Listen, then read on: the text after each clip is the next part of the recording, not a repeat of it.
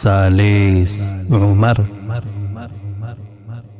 لومړی برخه. نړۍ نړۍ شوله په زور دې د ایمان عمره، رب دې کړه خد روح دې آرام ای قهرمان عمره، تامو شمله هسک ساتلی پوتا فخر کو، دستا پر پلا باندې به موږ یو تل روان عمره. نړۍ نړۍ نحمده ونصلي على رسوله الكريم. اما بعد، د فکري جوړښت درنو ګډونوالو، په دې هیله چې ټول به جوړ او روغ یاست، الله رب العزت مو خوشحاله لره. زه محسن احسان مې یو ځل بیا د یوې نوې خپرونې کوربتوب کوم، په دې هیله چې دا خپرونه تر پایه راسره واورئ.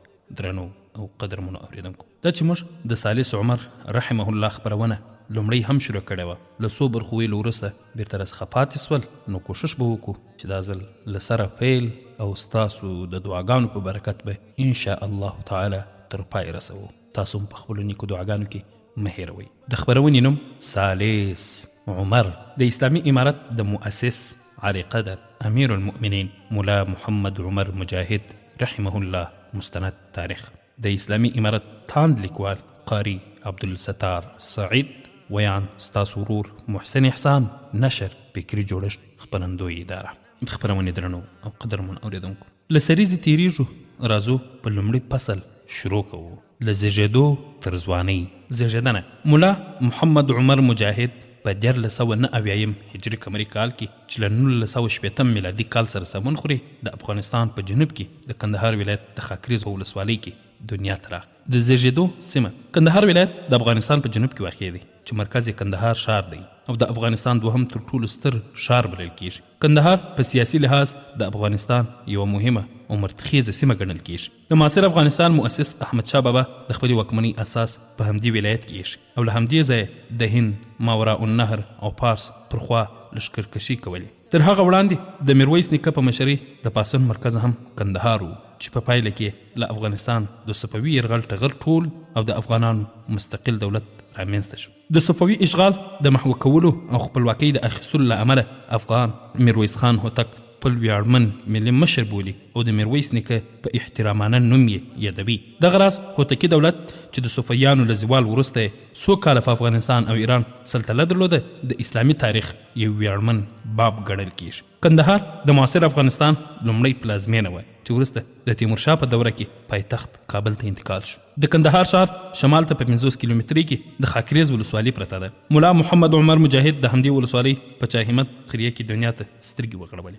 نوموړی د خپل پلار او مور دریم اولاد و. تر د دوی مشرانې خویندې او یو کشر ورور په ماشوموالي وفات شوی دی. ټبر او کورنۍ: مولا محمد عمر مجاهد د پښتنو د هوتک د قوم له تمزي شاخ څخه دی. هوتک د پښتنو له مشهورو قبیلو څخه دی چې د میشت اصلي سیمه د افغانستان په جنوب کې د زابل ولایت دی. څرنګه چې پښتانه بعضې وختونه د بېلابېلو اقتصادي او اجتماعي دلایلو له امله له خپلو اصلي مینو نورو ځایونو ته انتقال شوي دي، د مولا محمد عمر کورنۍ هم ډېر کلونه وړاندې د زابل ولایت څخه د کندهار خاکریز ولسوالۍ ته انتقال شوي. د مولا محمد عمر مجاهد پلار مولوي غلام نبي صاحب د خاکریز ولسوالۍ د ناصرو په کلي کې دنیا ته راغی. د مولا محمد عمر مجاهد نیکه مولوي محمد رسول صاحب، غوره نیکه مولوي محمد ایاز صاحب او له هغه پورته ابا او اجداد ټول د دیني علومو پوهان، مولا امامان او مدرسین چې د دیني علومو زده کړه، تعلیم، تدریس او امامت د ژوند اساسي مشغله وه. د مولا محمد عمر مجاهد پلار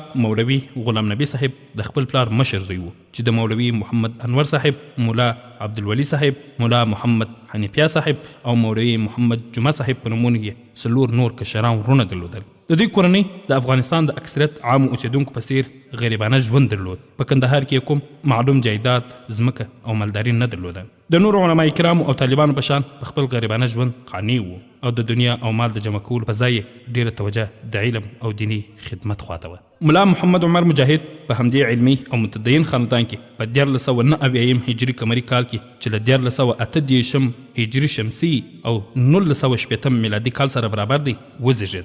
مور یې په قوم ناصره او د خاکریز ولسوالۍ د ناصرو د کلي یوه متدینه او عبادت ګزاره میرمن وه. مولا محمد عمر مجاهد ایله د 2 کلونو چې پلار یې د کندهار ښار ته نږدې د ډنډ ولسوالۍ په نوده کلي کې د یوه مسجد امام شو او خپل کور یې له خاکریز څخه نودي کلي ته انتقال کړ. ملا محمد عمر مجاهد د ماشومتوب د عمر 3 کلونه همدلته د پلار تر سیوري لاندې تیر کړل، خو لا ماشوم و چې ژوند یې له ستونزو او درنو مصایبو سره مخامخ شو. د خویندو کشري ورور او پلار وفات. د ملا محمد عمر مجاهد والده شریفه چې اوس هم ژوندۍ ده حکایت کوي چې له خاکریز نه کله د کندهار د ډنډ ولسوالۍ نوده کلي ته لاړو نو دلته د ملا صاحب پلار امامت کاوه او له خپلو اولادونو سره غریبانه ژوند درلود. د دوی کورنۍ له پلار او مور 2 لوڼو او 2 زامنو څخه عبارت وه.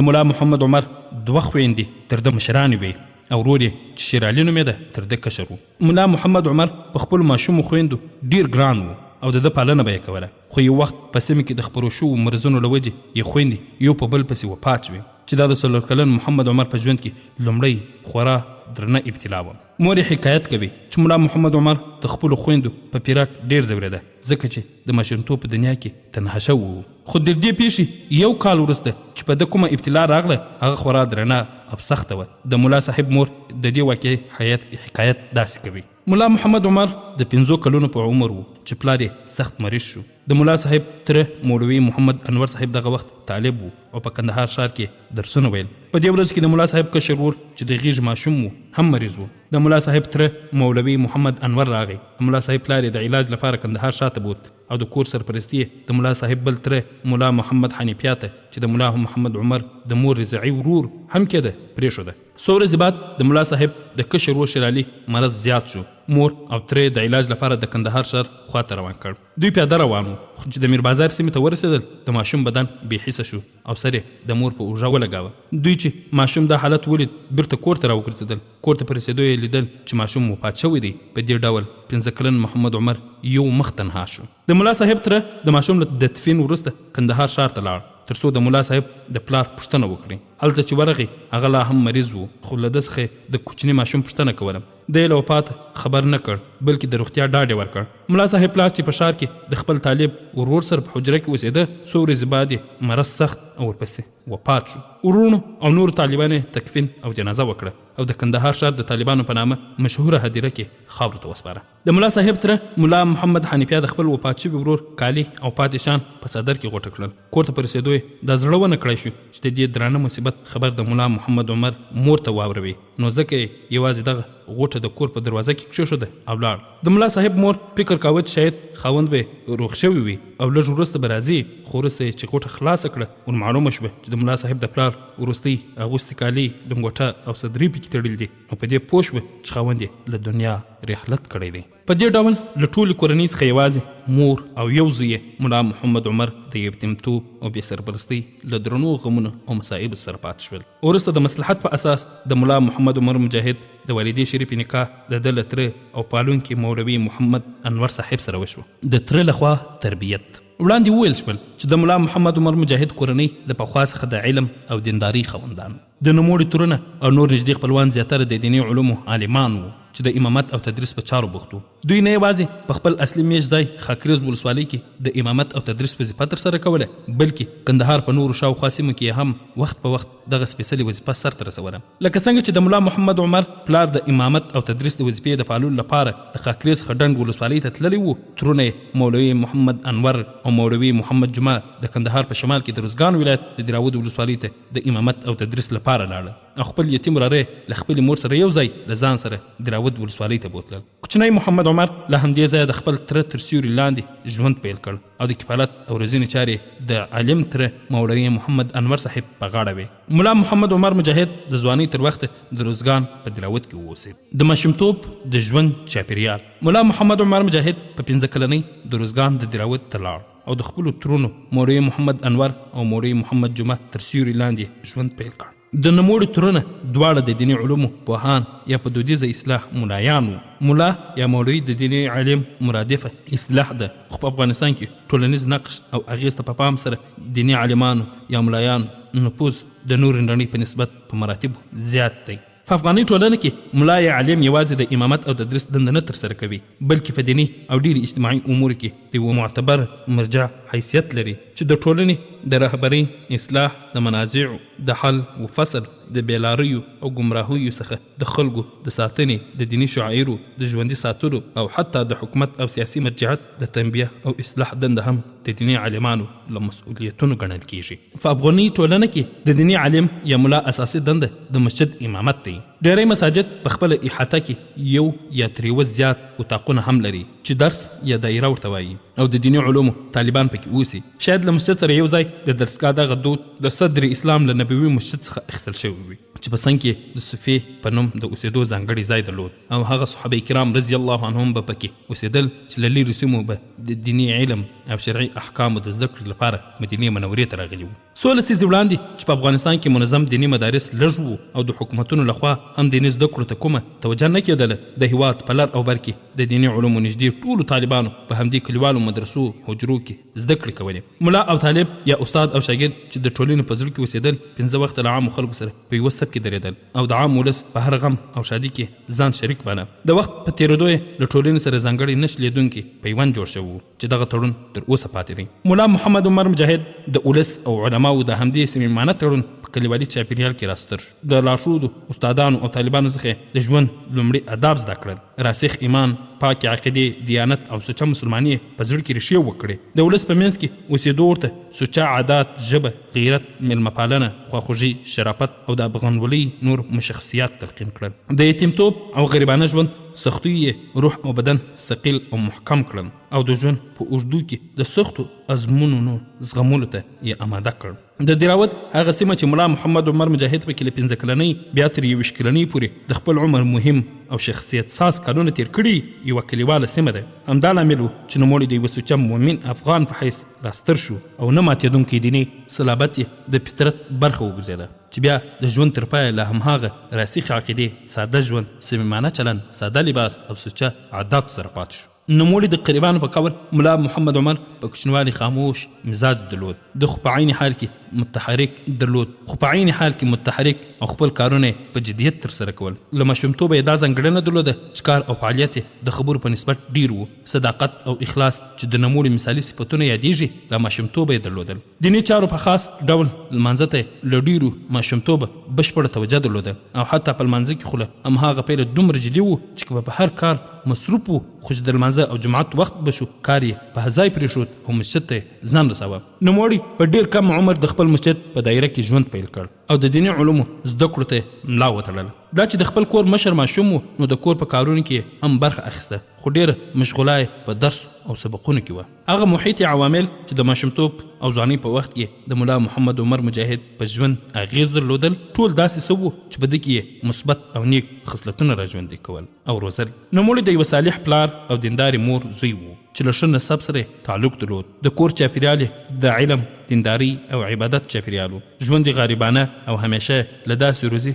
تغذیه کوله چې حلاله او له شبهاتو څخه پاکه وه. له کور بهر یې د ماشومتوب او ځوانۍ د وخت چاپېریال د مدرسې او مسجد ماحول و چې د ټولنې تر ټولو متدین قشر، طالب العلمان او المنځګزاره کلیوال پکې اوسېدل. ملا محمد عمر مجاهد د علم، ذکر، عبادت، کتاب او تدریس په چاپېریال کې وزېږېد. په همدې چاپېریال کې خاپوړې وکړې، د ژوند لومړی الفبا یې زده کړه او په همدې ماحول کې د ځوانۍ تر عمره ورسېد. دیني زده کړې په افغانستان کې مروج دیني زده کړو نصاب د هغه تعلیمي نظام یو ډول دی چې له 2 هجري پیړۍ راهیسې د پخواني خراسان اوسني افغانستان په تعلیمي مراکزو کې دود شوی. دغه تعلیمي نظام چې وخت په وخت پکې لازم تغییرات راوستل شوي د هند، پاکستان او افغانستان په مدارسو کې اوس هم تدریسیږي چې د اسلامي نړۍ په سطحه د دیني تعلیماتو یو مهم او تاثیرګذاره تدریسي سیستم بلل کیږي. په دې تعلیمي نظام کې د دیني زده کړو طالب له ماشومتوبه عربي الفبا او د مفرداتو زده کړه پیلوي، ورپسې د قرآن کریم لوست زده کوي او بیا د لمانځه او نورو ضروري عباداتو اړوند فقهي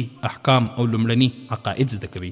له هغه وروسته حنفي فقه، عقاید، عربي، صرف او نحوه، فارسي او عربي اداب او نور ضروري علوم زده کوي. وروسته په دې سلسله کې اصول الفقه، معاني، بديع، بیان، عروض، منطق، هيئت، علم التفسیر او نور علوم هم اضافه کیږي او د احادیثو د صحیح سته په لوست سره دغه تعلیمي سلسله پای ته رسیږي. ملا محمد عمر مجاهد دیني زده کړې له 15 کلنۍ څخه له خپل عالم تره څخه پیل کړې. لومړي ضروري کتابونه په خپل کور او مسجد کې ولوستل. په دراوت کې د دوی د اوسېدو کلی شهر کنه بولي شهرکنه د دراود ولسوالۍ پخوانی مرکز دی چې د ولسوالۍ مقام او محلي حکومتي ادارات هم پخوا همدلته وو. د ظاهرشاه د حکومت په منځنیو کلونو کې په دراود کې د حکومتي پلان له مخې نوی ښار جوړ شو او له شهرکنه څخه ورته حکومتي ادارات رانقل شول چې تر اوسه د ولسوالۍ مرکز دی.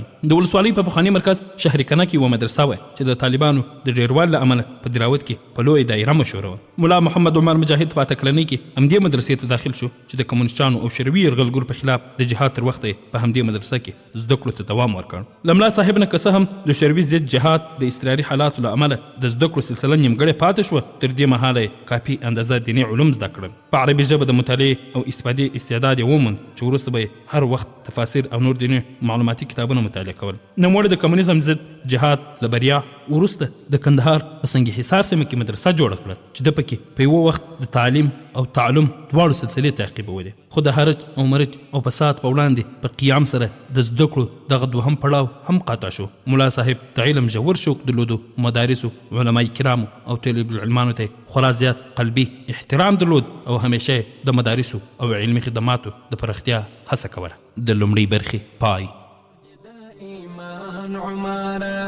رب دکړه خد روح دی آرام ای قهرمان عمارا تامو شملا هسک ساتلی پوتا پاخر کو دستا پر پلا باندې با مجیو تل روان عمارا